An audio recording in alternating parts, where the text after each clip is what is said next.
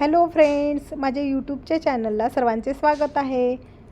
तर उद्यासाठी आपण ब्रेकआउट स्टॉक बघणार आहोत. तर उद्यासाठी कसे ब्रेकआउट स्टॉक, उद्या तर 20 जानेवारी आहे.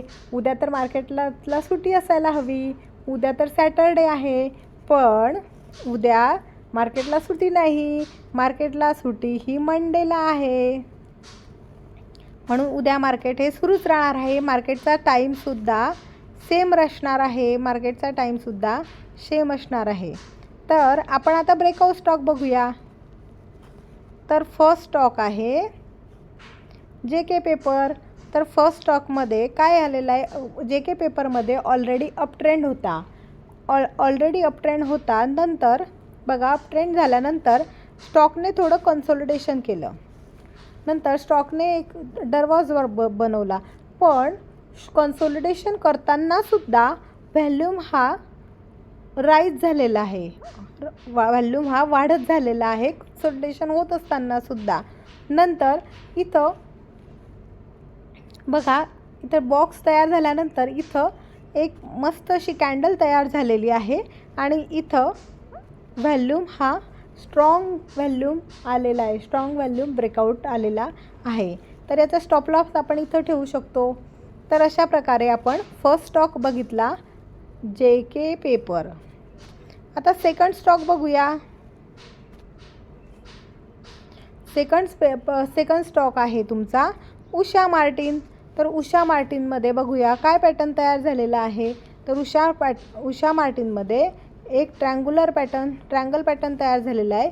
इथं रेजिस्टन्स आणि इथं मस्त व्हॅल्यूम विथ ब्रेकआउट आलेला आहे.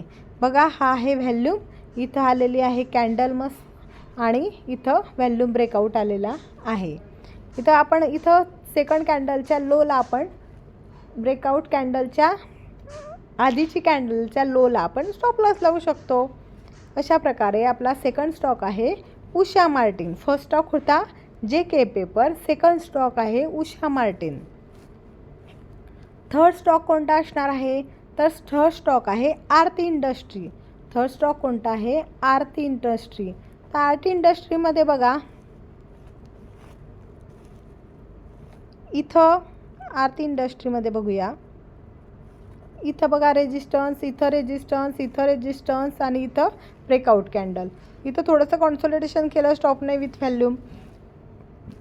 इथं बघा, कॅन्डल एकदम छान झालेली आहे. इथं मस्त असा ब्रेकआउट आलेला आहे विथ व्हॅल्यूम आणि याचा स्टॉप लॉस असणार आहे. ही जी ब्रेकआउट कॅन्डल आहे त्याची सुद्धा लो जरी लावला तरी चालेल.